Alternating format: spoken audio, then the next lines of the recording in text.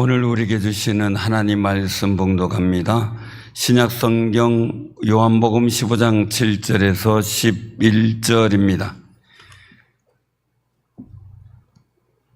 요한복음 15장 7절에서 11절 봉독합니다.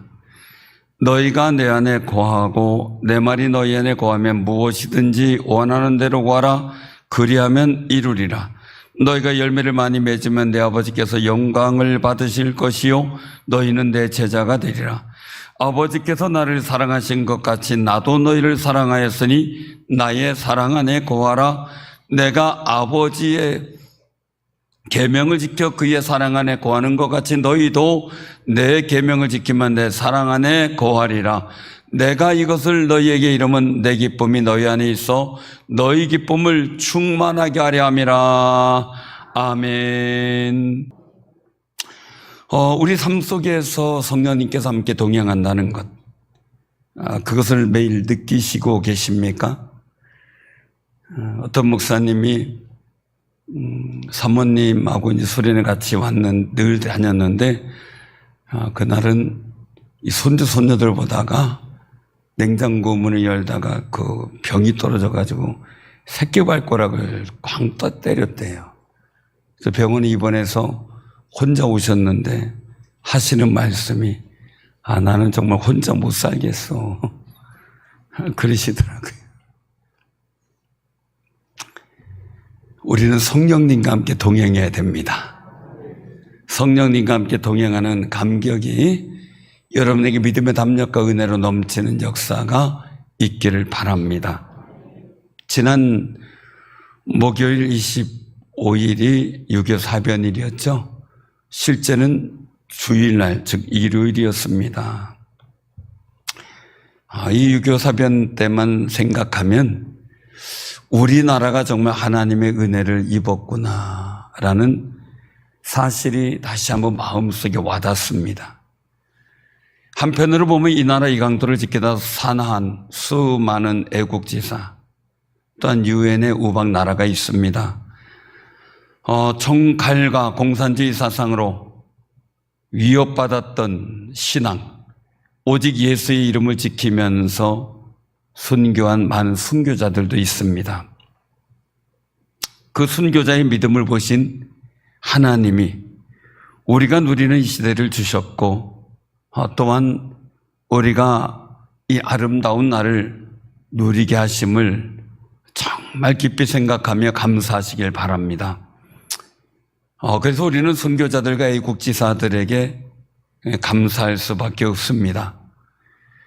6월 25일 6.25 사변 당시 국가를 위해 목숨을 바친 영웅들, 신앙을 지키다 희생된 순교자들, 그래서 한번 통계 자료를 보니까요, 이 국방부 군사편찬연구소 및 진실화해위원회 조사 기준으로 말씀을 드리면 전사자 및 사망자 통계가 있는데 우리 국군이 약 13만 8천 명입니다.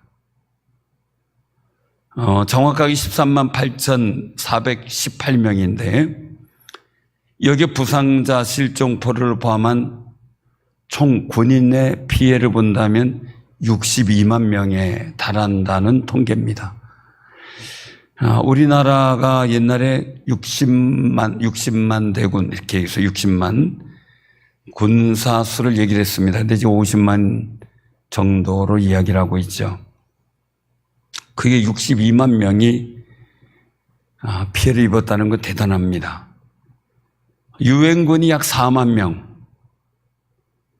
정확하게 4만 803명, 그 중에 미군이 3만 6,574명, 그리고 소포 들어와서 도와줬던 16개국 참전군인의 희생자가 나머지입니다. 그런데 그 중에 가슴을 좀 뭉클하게 하고 아프게 하는 일이 학도병입니다. 약 7,000명 정도가 학도병이 전사했습니다. 전국에서 27만 5천 명이 참전했는데 기록상 확인된 전사자는 7천 명이고요. 명확한 군번 없이 참여한 경우가 훨씬 더 많다고 여겨집니다. 영화의 포화 속으로라는 영화 속에서도 교복만 입고 군번 없이 전쟁에 참여해서 낙동강을 지킨 그 사례도 있기 때문이죠. 우리 충주는 굉장히 유서 깊은 지역입니다. 이마트 앞에 보면 여러분들 관심 있게 보면 하나의 기념비가 있습니다. 그게 청송부대 창설 기념비입니다. 충주에서 창설되었고 동락전투, 춘천전투에서 승승장구하면서 압록강에 가서 처음으로 압록강 물을 받아온 부대가 청송부대입니다. 우리 충주 자부심이기도 한데 제가 왜 이렇게 관심을 갖냐면 말씀을 드렸잖아요. 제 사이가 청송부대에 근무합니다.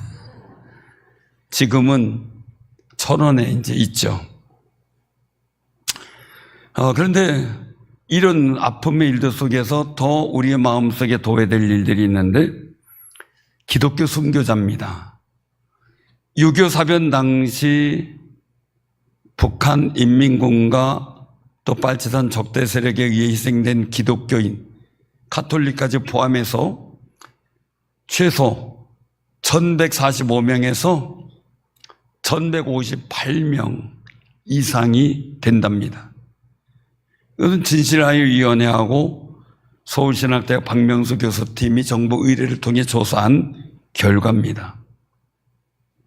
인천 상륙 작전 이후 북한군이 은퇴하면서 학살한 기독교인들이 확인된 수만 1150명입니다.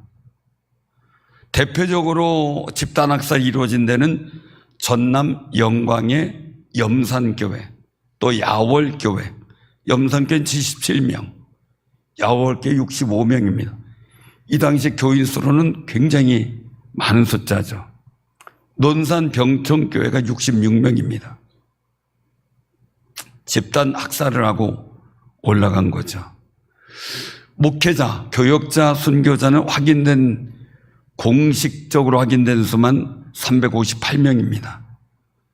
거기에 기독교 역사학계나 방송 자료에서 학살, 행불자까지 포함하면 508명으로 집계를 합니다.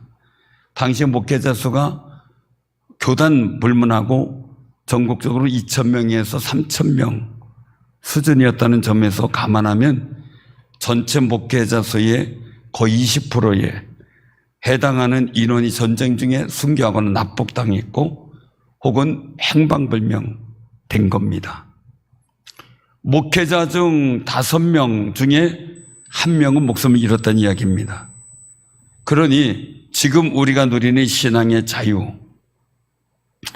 이 자유는 참 포도나무이신 주님께 끝까지 붙어있기 위해 주의 이름을 포기하지 않고 목숨을 바친 믿음의 선조들의 거룩한 희생에 세워졌다는 사실을 확신하시기를 바랍니다.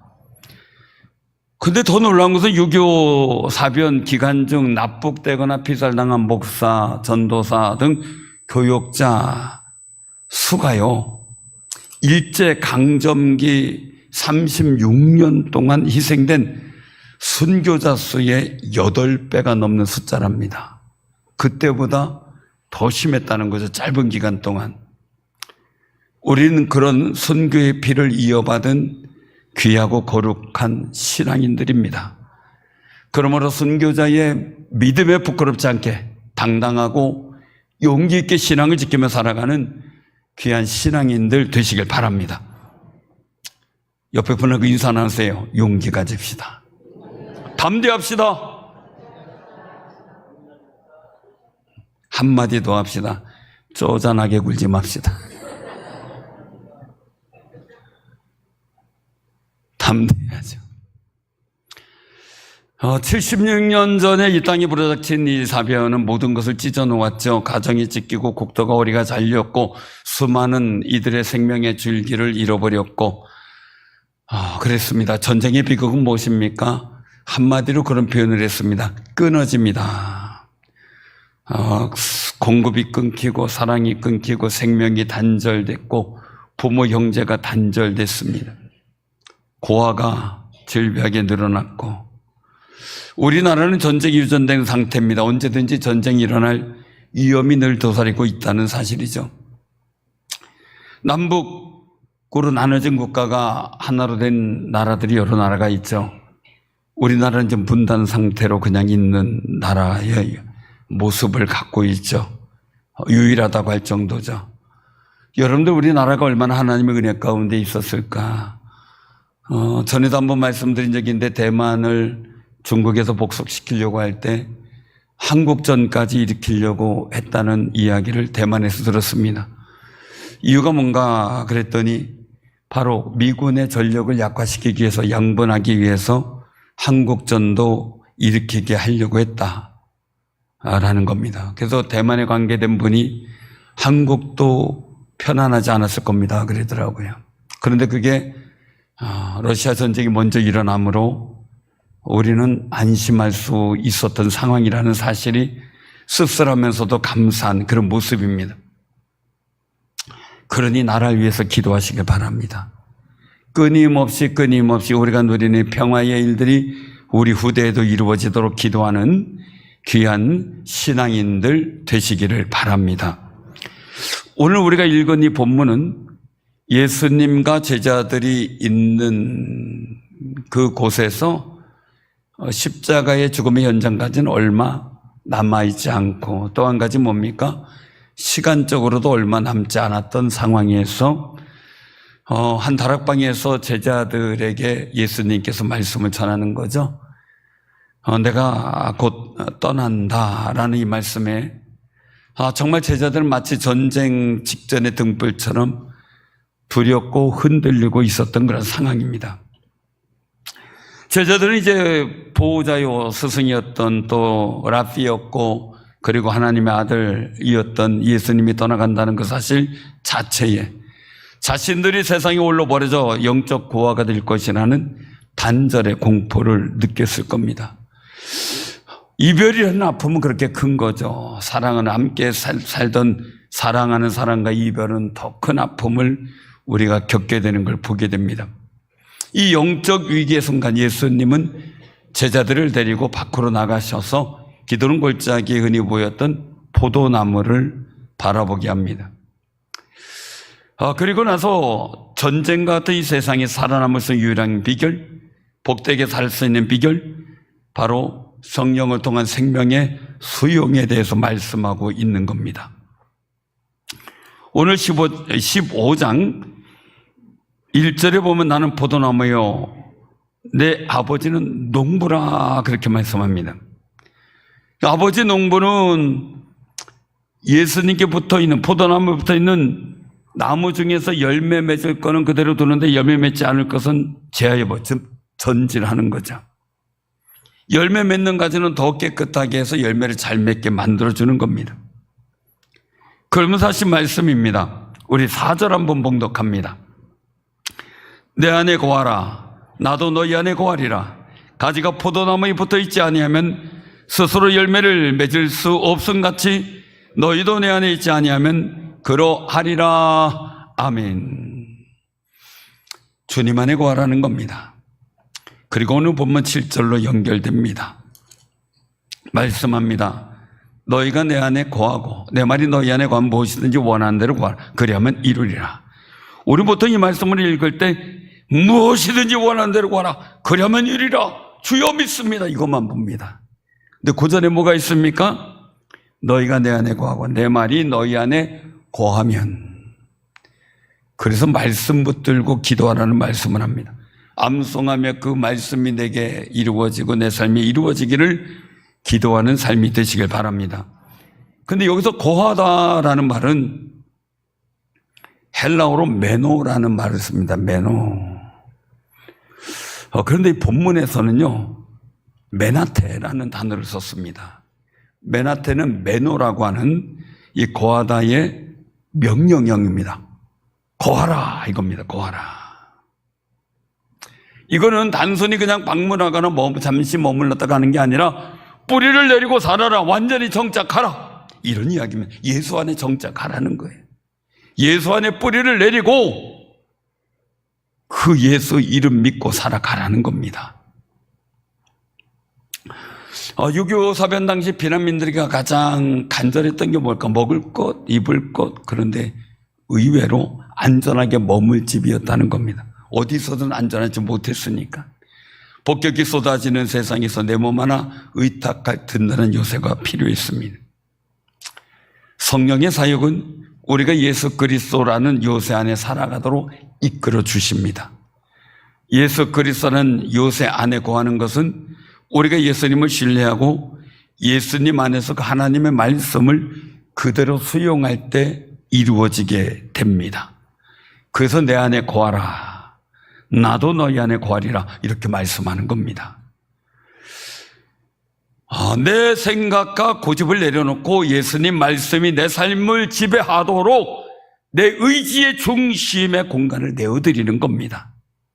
그것이 바로 오늘 말씀 속의 명령, 메나테라고 하는 그 거룩한 삶에 순종하는 겁니다. 성경 속에서는 하나님 말씀을 수용한 사람과 거부한 사람이 분명하게 차이가 납니다. 이건 단순히 듣지 않는 게 아니라 자신의 생각, 자신의 욕심, 하나님 뜻보다, 하나님 말씀보다 앞세우려고 할 때 자연스럽게 말씀을 거부하게 됩니다. 사무엘상 15장에 보면 사울이 하나님께서 아말렉을 진멸하라고 명령하십니다.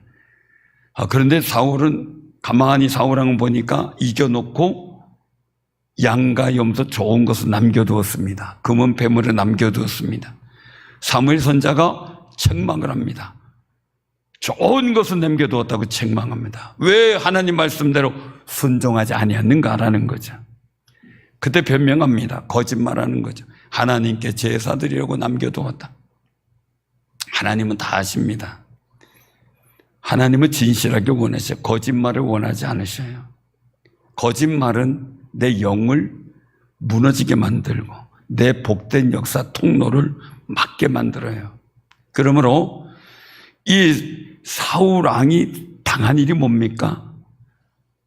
사울왕은 생각할 때 현실적으로 생각해 보니 사무엘 선자가 일러준 하나님 말씀보다 좋은 것은 남겨두어서 자기 필요에 쓰는 게 훨씬 더 합리적인 판단이라고 생각한 거예요. 그래서 하나님 말씀을 일부분만 순종하고 나머지는 불순종한 거죠. 결과적으로 어떻게 됩니까? 하나님이 후회하셔서 하나님께 버림을 받게 됩니다. 왕위를 잃어버리게 되는 거죠. 오늘 우리도 이런 우리의 삶의 모습 속에 그렇게 생각하면 이 정도 말씀대로 사는 것이 어딘데 나 정도 살아봐. 나처럼 말씀대로 사는 사람이 있으면 나와보라 그래. 이 정도는 괜찮을 거야 라고 말합니다.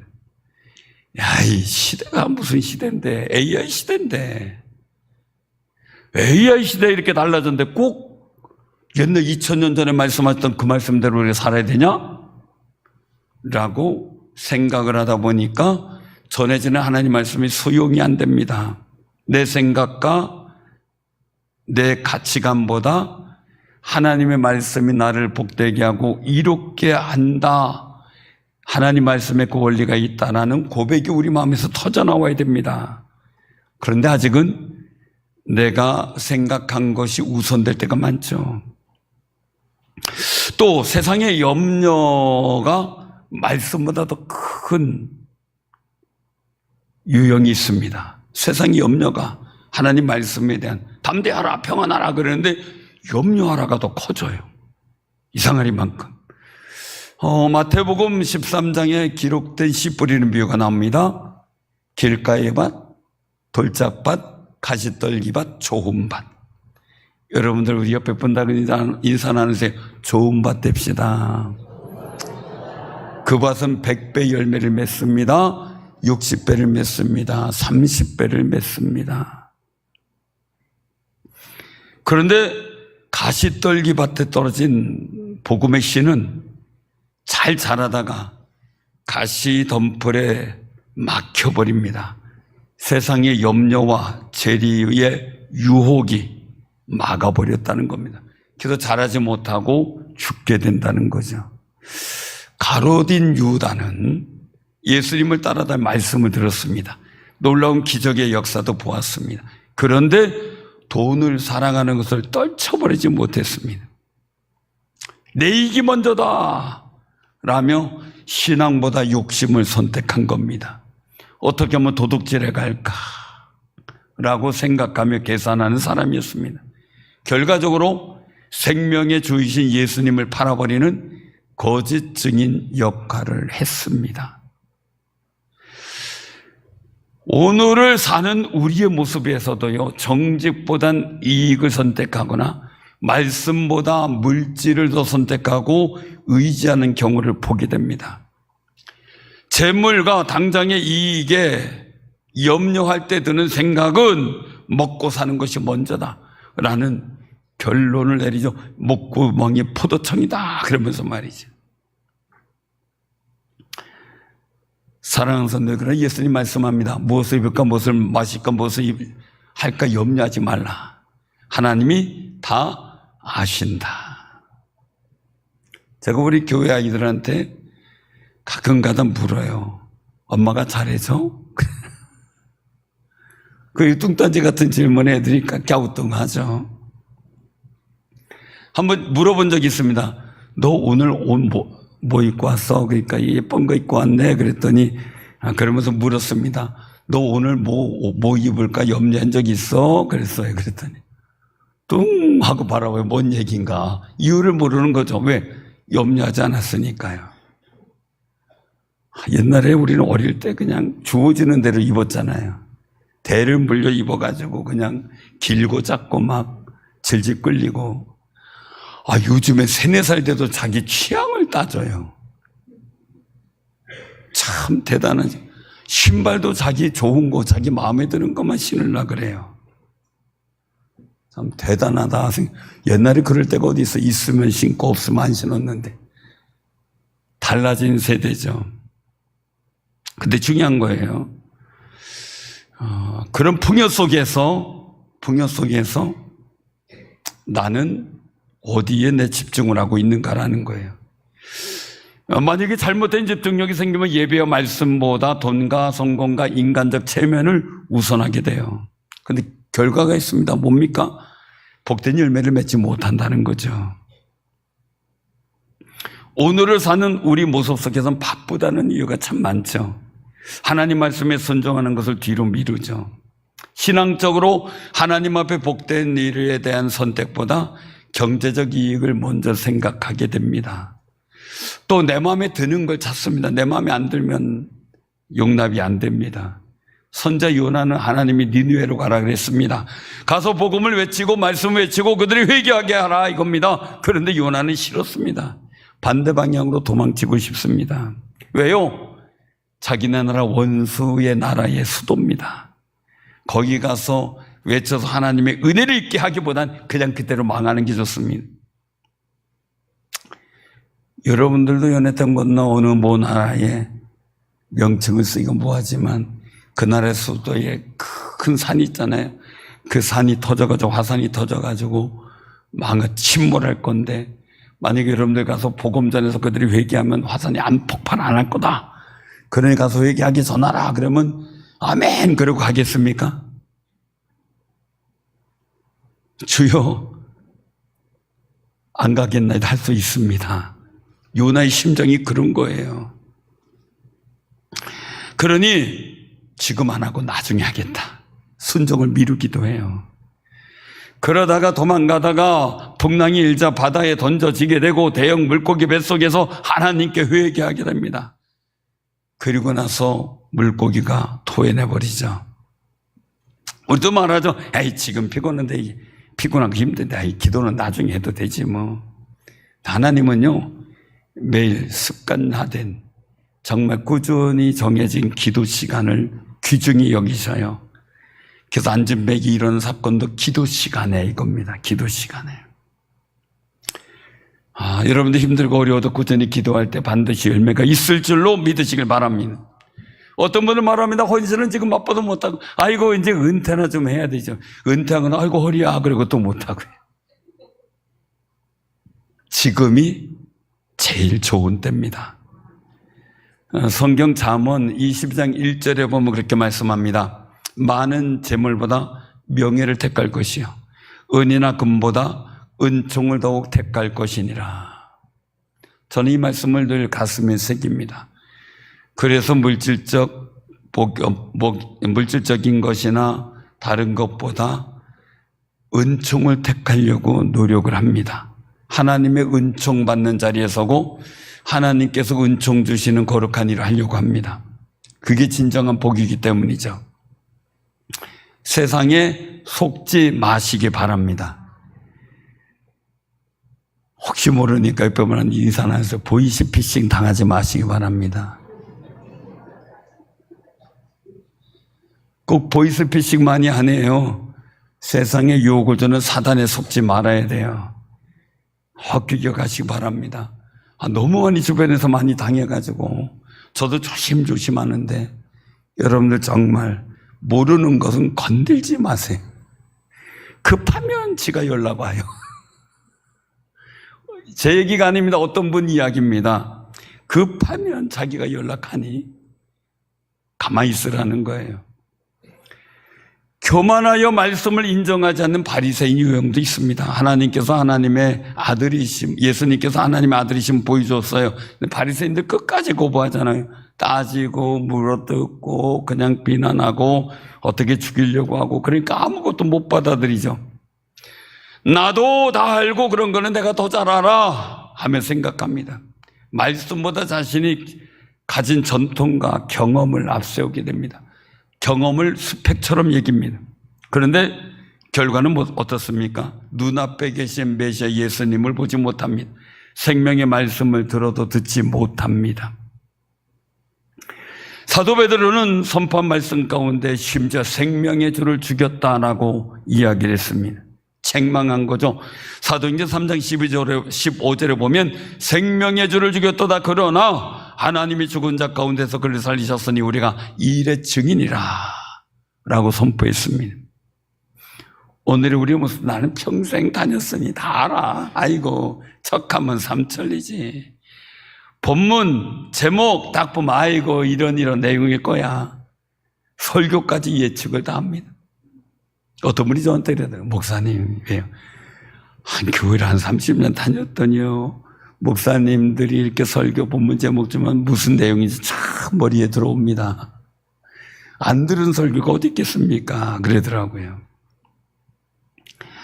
또 어떤 말합니다. 그런 말 하지 마. 내가 지금까지 뭐를 안 해봤겠어. 금식기도 작전기도 안 한 게 뭐 있겠어. 봉사, 구역장, 고사 뭐 안 한 게 어디 있어. 중요한 겁니다. 그러면서 들려지는 이 들려오는 하나님의 새로운 말씀을 깨달아지는 것에 둔해졌다는 걸 모릅니다. 그게 우리 허점입니다. 수용성이 부족해졌다.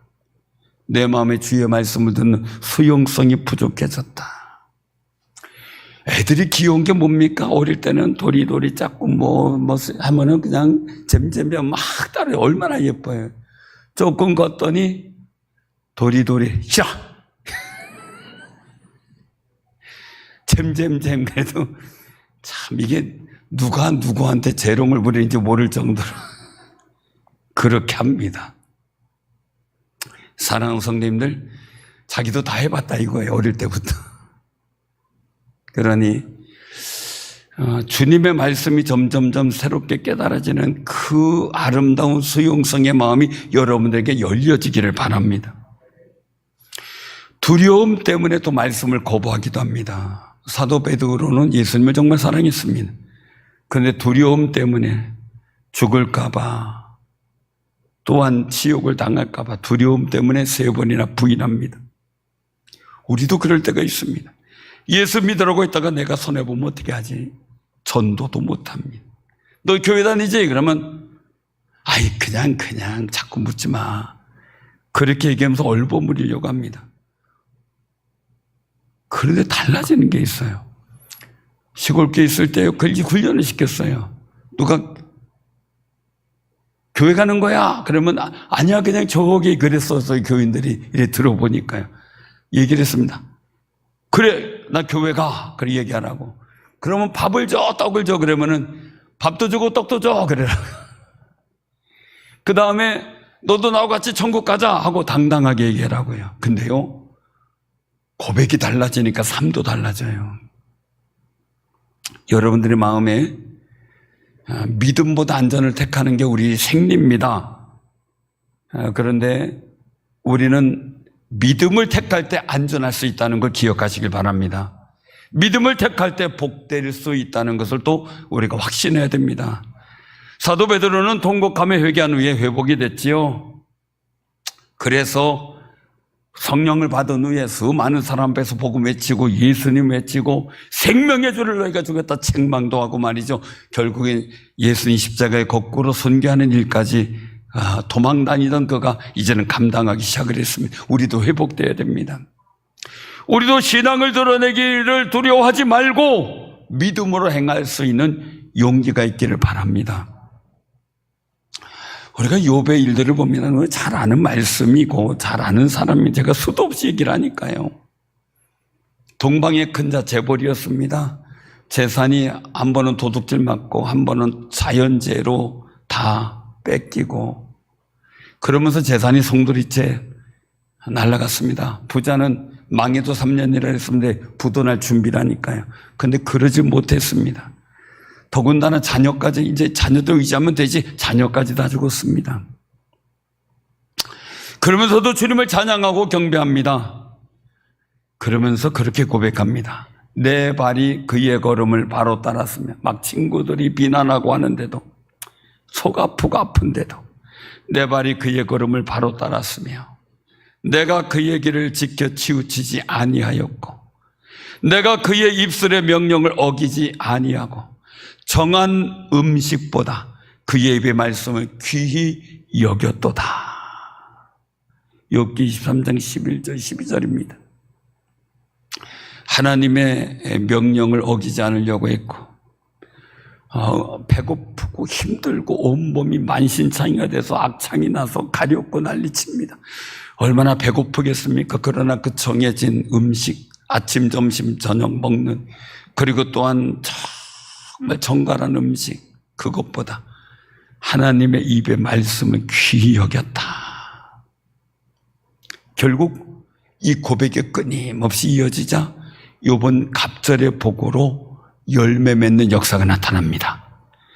사랑하는 성도님들, 친구들은 뭘 얘기했습니까? 내가 경험했을 때 이랬어. 너 이렇게 망한 거 보니까 너 죄진 거야. 하나님의 뜻과는 관계가 없었습니다. 그런데 하나님은 이 욥의 신앙을 열매 맺게 했습니다. 말씀을 거부하거나 믿지 못하는 사람의 공통적이 있습니다.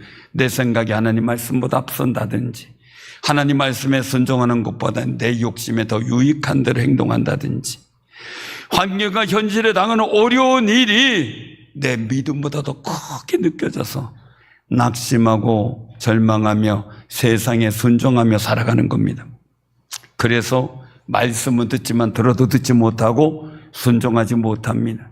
성령의 음성보다 세상의 소리에 더 귀를 기울이게 됩니다.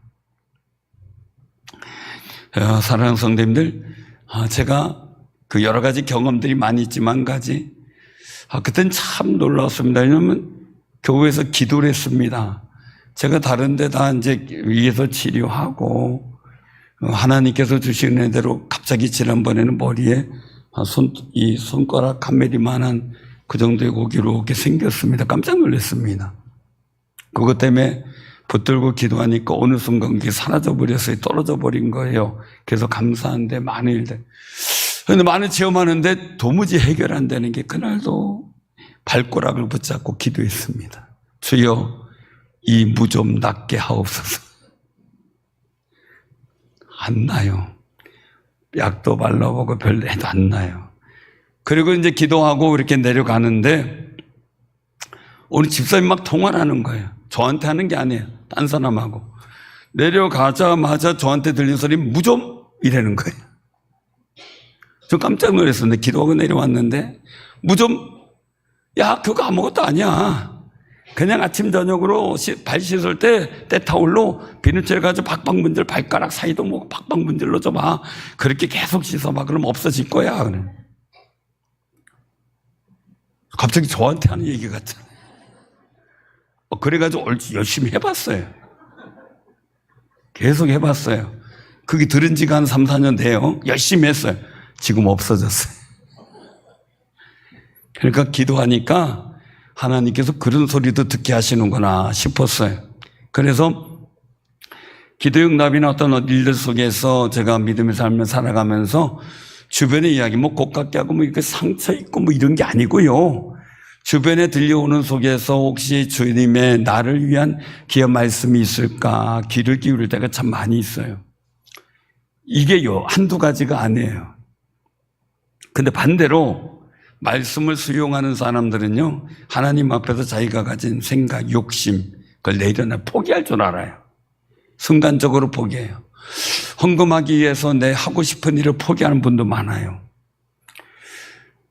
정말 성령의 인도하심에 따라 말씀과 내 마음, 내 삶에 수용하기 위해서 내 마음을 비우려고 노력을 하는 분들 참 많아요. 우리가 성경을 통해서 보면 아브라함 같은 경우 갈 바를 알지 못했어요. 근데 가라 그러니까 무조건 갔어요. 가시더니 하나님께서 너 복이 되라 그러시는 거예요. 복이 되라 그러니 뭔지도 모르고 복이 되라 하는 말씀 갖고 순종했는데 지금 그 후대가 복이 되잖아요. 그의 인생 속에서도 그렇고요.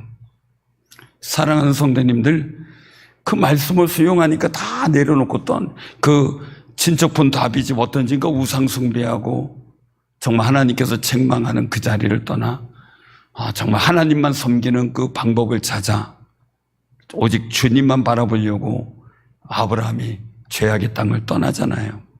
죄악의 집안을 떠나고 여러분들 마찬가지잖아요. 신앙생활 하다가 정말 내가 혼자 신앙생활 하면서 얼마나 많은 아픈 어려움을 당했습니까? 지금도 진행 중인 분들도 있고 말이죠. 저는 미쳤다 그랬었으니까 형이 친구를 보내가지고 저를 무릎 꿇고 앉혀놓고 1시간 이상을 아주 그냥 꾸지람을 주고 너 잘못됐으니까 교회 당장 다니지 마. 형 친구들이 그랬어요. 근데 그 형이 지금 장로님이에요. 그러니까 너무너무 감사하죠. 복이 되라. 저는 복이 되기를 소원합니다. 저는 지금도 앞으로도 그렇지만은 교회에도 복이 되고 여러분들에게도 복이 되고 우리 자녀들에게도 복이 되기를 소원합니다. 왜 그렇게 살기를 소원하고 그래서 기도하는 겁니다. 그래서 성도들이 아플 때 팍 기도하고 제가 지난 주일날 찬양대 가는데 운전해 가는데 막 옆구리가 막 어떻게 할 줄 몰라서 끙끙거리고 막 신음을 했어요. 식은땀이 확 나고 도대체 내가 아플 일이 아닌데 왜 그런가? 그랬더니 어제 진범이 밝혀졌어요. 그분이 그렇게 아팠대요. 그 찬양 때문에 그랬는데 제가 교회 가자마자 안 아프기 시작했는데 그분도 안 아팠고 잘 마치고 와서 언제 지냈고 그 다음에 통증이 아프면서 저한테 기도받으면서 알게 된 거예요. 그래서 같이 아프면서 같이 낫는다라고 이제 얘기를 했는데 사랑하는 성도님들, 때로는 힘이 들고 어려워도요, 우리는 복이 되는 결심을 가져야 돼요. 마리아 처녀는 자신에게 성령으로 잉태되는 예수님이 생긴다는 그 말씀에 처녀인데 아기를 갖는데 남자를 알지 못하는데 아기를 갖는데 기가 막히잖아. 어이가 없잖아요. 그럼에도 불구하고 주의 여종이오니 말씀대로 내게 이루어지다 고백하며 수용을 해요. 그것을. 주님의 뜻을요. 그래서 이 땅의 구원의 역사가 예수님을 통해 이어지는 임마누엘의 역사가 이루어지잖아요. 그런데 이 모든 관점은 무엇을 더 사랑하느냐에 따라 달라진다는 거예요. 본문 10절에 보면 같이 한번 봉독합니다. 10절입니다. 내가 아버지의 계명을 지켜 그의 사랑 안에 거하는 것 같이 너희도 내 계명을 지키면 내 사랑 안에 거하리라. 아멘. 무엇을 사랑하느냐의 관점이에요. 예수님은 제자들에게 예수님의 사랑 안에 거하라고 말씀합니다. 성령이 우리 마음에 오셔서 그 말씀을 그대로 수용하게 인도하시고 진리를 깨닫게 하시고 예수를 믿게 하십니다. 그래서 하나님의 사랑 안에 거하도록 말입니다. 예수님을 향한 사랑의 마음이 깊을 때 하나님 말씀을 전적으로 수용하게 됩니다. 지금도 기억이 납니다. 제 딸이 유치원 선생님을 너무너무 좋아했어요. 그러니까 와가지고 아빠 새 밤만 자면은 소풍 간대 그러더라고요. 그리고 하룻밤 자고 일어나서 아침에 기쁜 소식을, 야, 너 오늘 이제 2밤 남았다 그랬더니 새 밤이야. 그래서 너 하룻밤 잤잖아. 2밤이야. 아니야, 새 밤이야. 왜? 선생님이 그랬어요. 아빠 말도 소용이 없더라고요. 그래 갔다 오더니 아빠 이제 2밤이래 그러더라고요. 유치원 때 일입니다. 사랑하니까요. 하나님을 많이 사랑하시길 바랍니다. 예수님은 여러분을 사랑하셔서 희생하셨습니다. 그 예수님의 사랑을 성령께서 우리 깨닫게 하셔서 하나님 말씀은 그대로 수용하게 하십니다. 그리고 우리 하나님의 사랑에 거하도록 하시는 겁니다. 그러면서 보면 11절에 말씀합니다. 내가 이것을 너희에게 이르면 내 기쁨이 너희 안에 있어 너희 기쁨을 충만하게 하려 함이라. 예수님 말씀하신 것은 십자가의 죽음을 앞둔 상황입니다. 그런데 주님은 내 기쁨, 이것을 헬라어로 카라라고 말하는데 하늘로부터 내려온 근원적인 기쁨입니다. 포도나무 가지가 할 일이 아주 단순합니다. 왜요? 스스로 수액을 만들고 열매를 맺으려고 할 필요가 없습니다. 포도나무에 붙어 있어 그 속에서 올라오는 수액을 받아들이면 자연적으로 열매를 맺습니다. 농부이신 하나님이 농사지시고 참 포도나무이신 예수님이 주시는 생명의 성령을 통해 우리는 수용하고 받아들이는 말씀의 힘을 통해 자연스럽게 카라라고 하는 거룩한 기쁨의 열매를 맺게 됩니다. 사랑하는 성도님들, 우리가 정말 믿음의 선조들은 유교사변 속에서도 낙심하지 않고 교회를 세우고 예배를 드렸습니다. 피난민의 소용소에 있을지라도 그 속에서도 예배 현장은 생겨났습니다. 그 속에서 그들이 가지고 있었던 카라의 기쁨이었습니다. 사랑하는 선생님, 바울과 실라는 귀신을 쫓아내줬다는 이유로 감옥에 갇힙니다. 그들은 죄수들이 다 듣도록 기도와 찬송하는데 결국 환경에 매인 착고와 감옥문이 견디지 못하고 열려버립니다. 우리나라의 가난과 슬픔과 아픔이 열려버렸습니다. 전쟁의 아픔의 족쇄가 끊어져 버렸습니다. 여러분들의 삶의 자리에도 하나님 말씀을 수용하는 일 속에 기도와 찬송하며 여러분들의 매여 있는 모든 족쇄와 모든 옥문이 열려지는 역사가 있기를 바랍니다. 내 힘으로 열매 맺으려고 바둥거리지 말라. 성령이 공급하시는 나의 말과 나의 사랑을 내 심령에 온전히 수용하라. 그리하면 열매를 맺을 것이다. 주님은 말씀합니다. 이 거룩한 말씀이 여러분들의 삶의 말씀 되기를 주님의 이름으로 축원합니다. 아멘.